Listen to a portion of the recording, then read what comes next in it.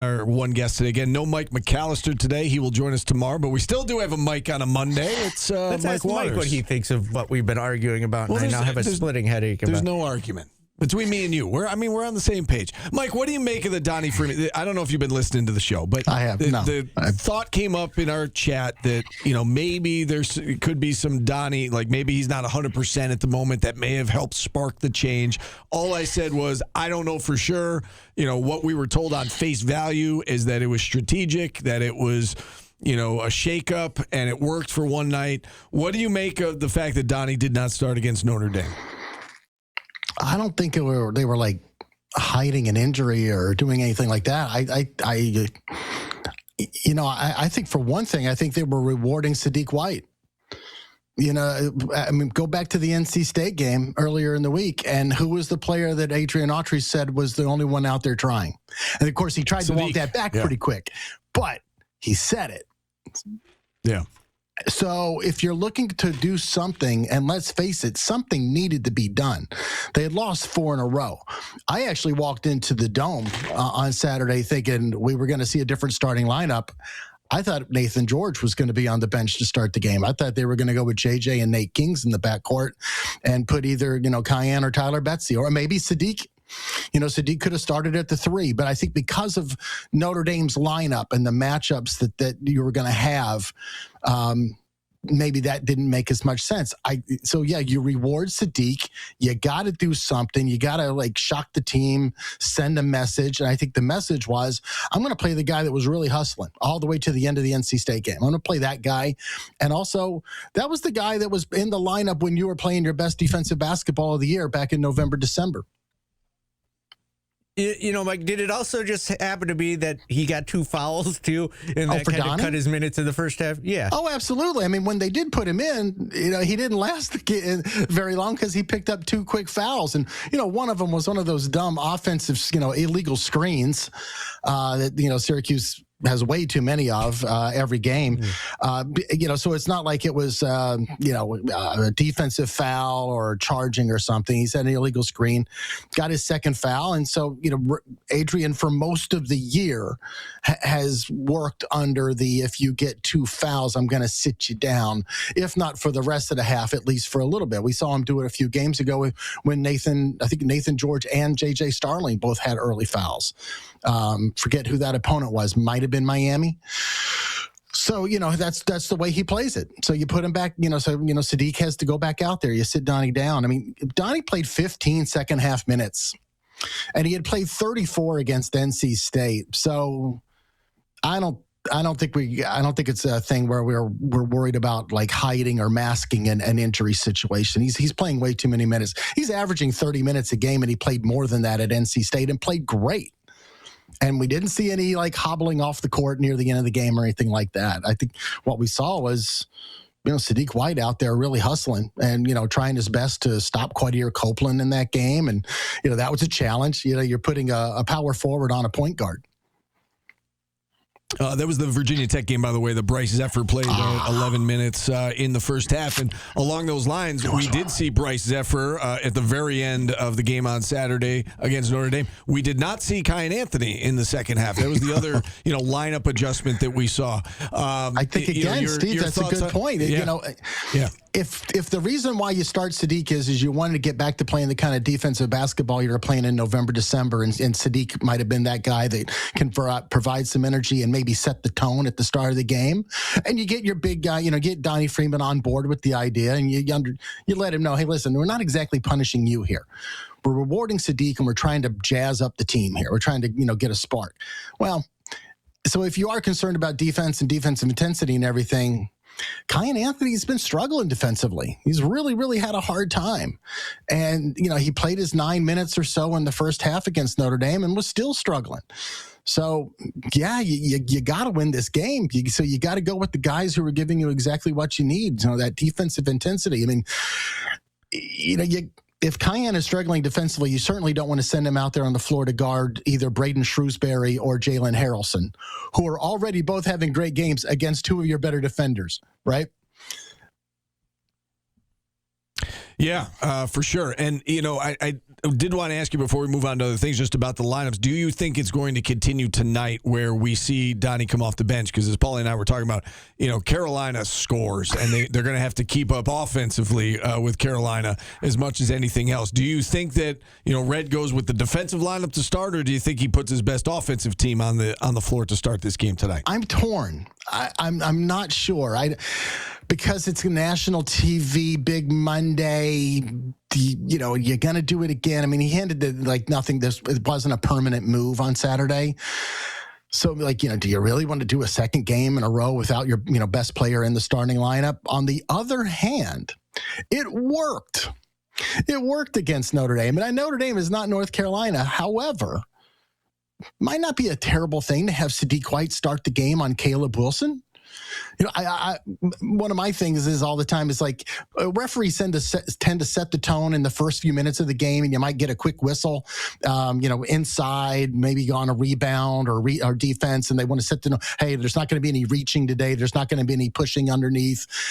So, if there's going to be an early foul called on somebody jostling with Caleb Wilson for a rebound or trying to stop him, let it be Sadiq and not Donnie Freeman.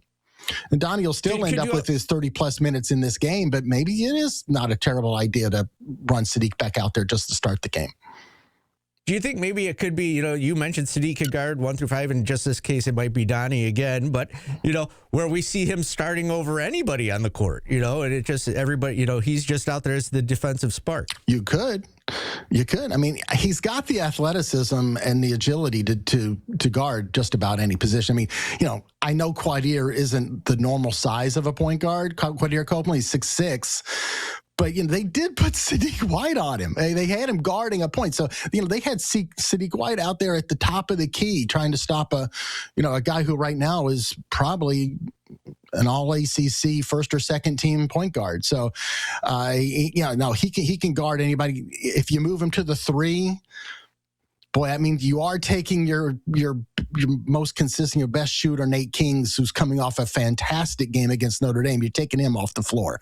And I don't know if you really want to go there because, as one of you guys mentioned earlier, North Carolina scores a ton of points, and you're going to need somebody like Nate Kings in order to keep pace with the Tar Heels. Mike, I'll be honest with you. I was with you coming out of that NC State game when I heard Red say everything's on the table. I thought if there was an adjustment to the starting lineup, I thought it would be Nathan George. We've been hard on him.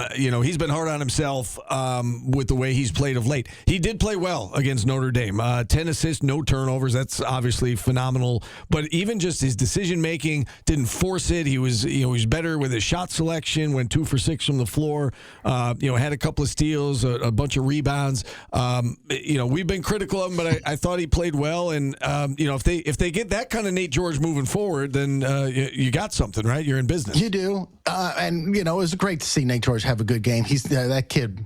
He needed one. He needed a good day because he has been struggling, and he really just kind of carries the weight of the world on his shoulders. You can tell when you talk to him after a couple of these recent games. It was weighing on him. Now, I'm not going to get too crazy over his game against Notre Dame. It was a good one, but the 10 assists, over half of those probably come on passes to a wing where a guy makes a 3. I mean, there's nothing a point guard loves more than a bunch of shooters out there with him, because all you got to do is throw the ball to a shooter and you get an easy assist. That's great. Probably a little bit more impressive are the 0 turnovers. Now, Notre Dame isn't exactly the type of team that creates a lot of pressure. They don't really get after you. They're not the best defensive team in the league by any means. And the pace wasn't out of control either. So it was a day where you hopefully aren't going to have a lot of assists.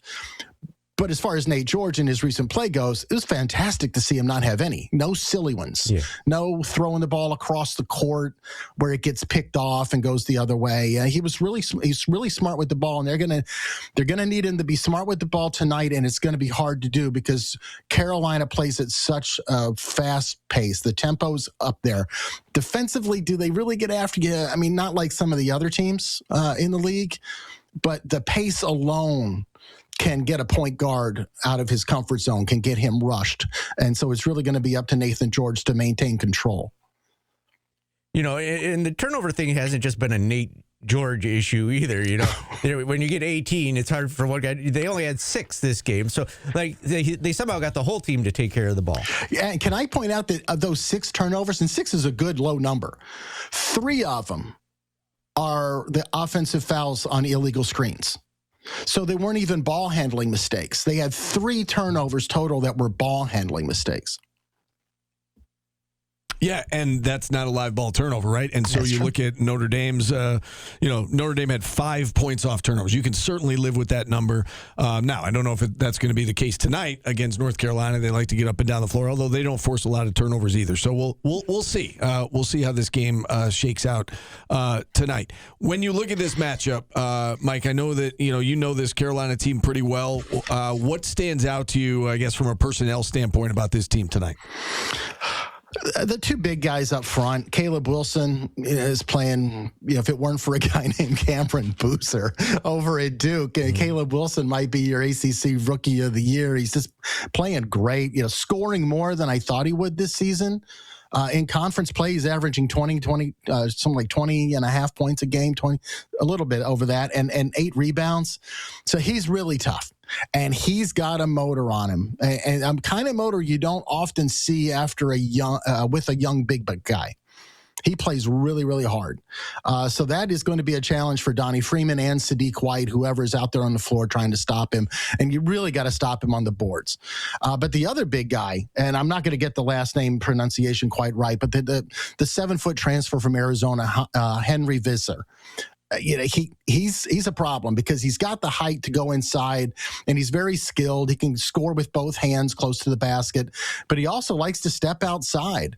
Now, I think Syracuse is very fortunate. They have a guy in William Kyle who has the athleticism to go out and guard out there. The problem for William Kyle tonight is guarding that 7-footer when he decides to go in and take up camp in the paint. That's going to be the tough part. And he's got to do it, and he's got to stay out of foul trouble because Syracuse doesn't really have a lot of options when they go beyond him. Obviously, Akir Soiree, 2 out of the last 3 games, I think he hasn't played a minute, didn't play a minute against Notre Dame. Donnie Freeman at the 5 guarding Visar is going to be a problem. So William Kyle, first and foremost, has to stay out of foul trouble. Another difficulty that North Carolina puts on the big men is everything's they fast break on makes, and you gotta get back, and there's no celebrating your baskets or anything. These guys got to get back against this team. Absolutely right, and this goes all the way back to the Dean Smith days and Roy Williams too. Carolina runs, and their big men run, and if the big men, especially with the 7-footer.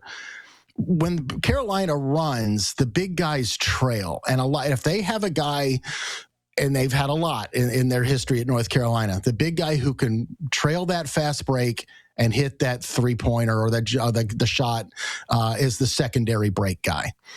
So bigs, you have to avoid hustling all the way back down court and running straight to the paint and then looking up and seeing your man stopping and catching the ball at the top of the key and dropping in an open 3-pointer. Mike, I happened to be listening to the pregame show, the Learfield pregame show the other day on the way to the Dome, and Coach Sallin brought up Calvin Russell, and he said, listen, I know that he's got a ways to go, but he said at practice, this kid's got a great motor. He's super athletic. He can get after you defensively, and again, he wasn't in any way, shape, or form talking about him getting a lot of minutes, but he said, with Red saying everything's on the table, is it possible that at some point we could see Calvin Russell come in as like a defensive stopper, an energy guy for a little bit of a spark? What do you think about that? That's funny that Coach Sadlin said that because before the game the other day, he said the same thing to me, that he liked Calvin Russell's motor and thought if they needed it, he could provide some sort of spark. He was a dive on the floor after the loose ball type of guy. Now, he also said there's not much offense there, and he's just as liable to turn the ball over as he is to get you a steal. But if you're just looking for a guy to come in and give you some juice and maybe get the guys on the bench up and involved and just for something that maybe, but they might have found another way to get there without turning to a football player. with Sadiq White in the starting lineup and going with him a little bit more. And maybe that just kind of sends a message up and down the lineup, and they don't have to do it. But it was interesting to hear Coach Sadlin say that. And I tell you what, I respect Coach Sadlin very, very much. And if he says it, well, I'm at least going to consider it. Yeah, no, same, because I think the world of Coach Sadlin, and I think when we saw him play the mop up time, I think everybody's like, he was getting after it. He was, he showed some in some flashes, as Greg Robinson would say, in a very short period of time. And when Coach Sadlin brought it up, I was like, that's interesting. He also had a very awkward turnover. Yeah, right. It does seem like that would be like a desperate move potentially, but look at where they are right now. Yeah. So I wouldn't rule it out. I think it's also a little safer. For. And it might be a little safer to do that in a home game, and maybe not against one of the top 25 teams in the country if you don't have to. Sometimes you do that, and you also get the crowd involved if it's a home game. And maybe you also turn him loose out there when you want to go full court pressure. Let him go. I mean, he's a 6'5" guy.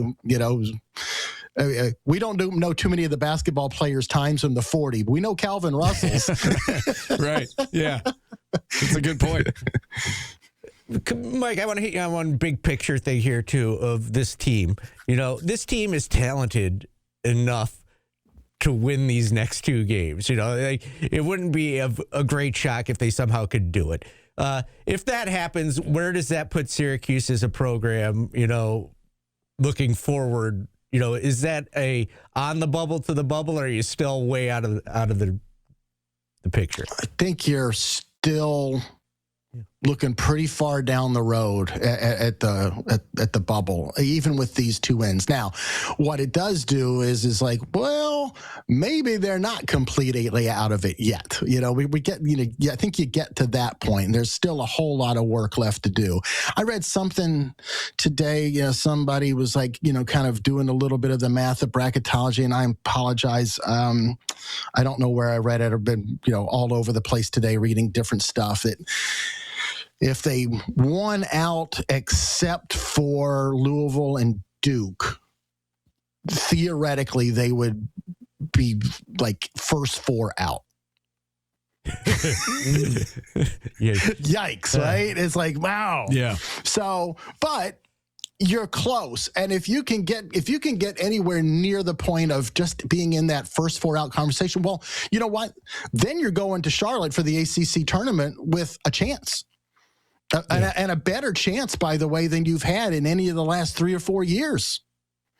It's like being down 25 in the first half, and you say, all right, we got to cut it to 10 by halftime, or, cut it to 10 with 12 minutes to go or whatever, and then, give yourself a fighter's chance at the very least. They would. No, they yeah, right. Yeah, they would have then again a shot, but you're asking a lot to go on the road to I wouldn't bet places. on it. Yeah. And with that being said, as we wrap things up, Mike, what kind of percent chance do you give them to not even to necessarily win tonight, but what percent chance is this a close game with 5 minutes to go? Like in striking distance? I mean, I guess there's a chance. I'd say there's the same chance Syracuse has at winning is almost the same chance that it'll just be close, because at home, Carolina's just running through people. They score a ton at home. They don't lose at home. They haven't lost at home this season. They score. I don't know what the average margin of victory is in their games, but it's a big. I have that right here. Right, it is. What did I say? 22.3. Yeah. And granted, some of that is built up on some of their non-conference teams that they whipped up on, right? So we understand that that's Correct. the case. Right. But that's also the nature of Carolina teams going back to the days when I was an undergrad. If they get you down and if they get rolling, they're hard to stop. And, I've seen a lot of Carolina games, go from 5 points to 20 in a heartbeat. And it's amazing how it'll happen. And, we've seen it in the past few years when Syracuse has taken pretty decent teams down there. And they'll play with them. And, I've also seen Syracuse get blown off the floor right from the opening tap down in Chapel Hill.